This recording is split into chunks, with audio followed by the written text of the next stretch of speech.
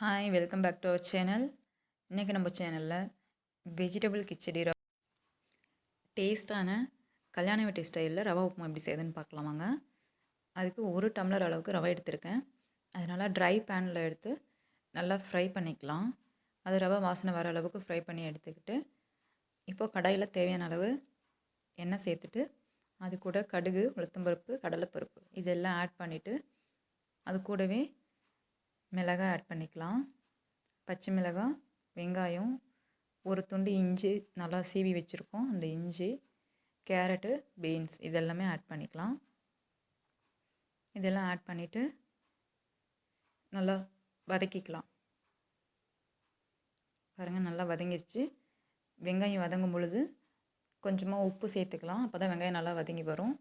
அது கூடவே நம்ம பொடியாக கட் பண்ணி வச்சுருக்க கேரட், பீன்ஸு, கருவேப்பிலை இது எல்லாமே சேர்த்துட்டு நல்லா வதக்கிட்டு தேவையான அளவு தண்ணி ஊற்றிக்கலாம்.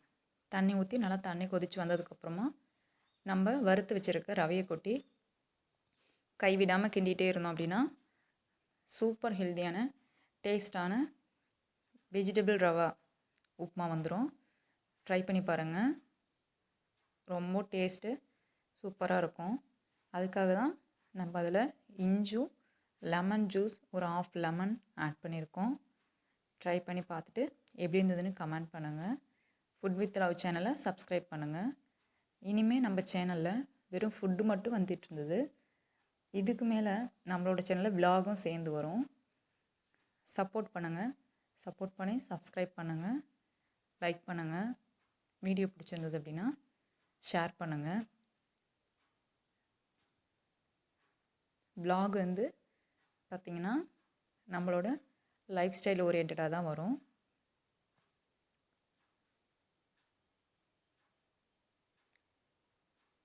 இந்த மாதிரி ட்ரை பண்ணி பார்த்துட்டு எப்படி இருந்ததுன்னு கமெண்ட் பண்ணுங்கள். அண்ட் தேங்க்ஸ் ஃபார் வாட்சிங்.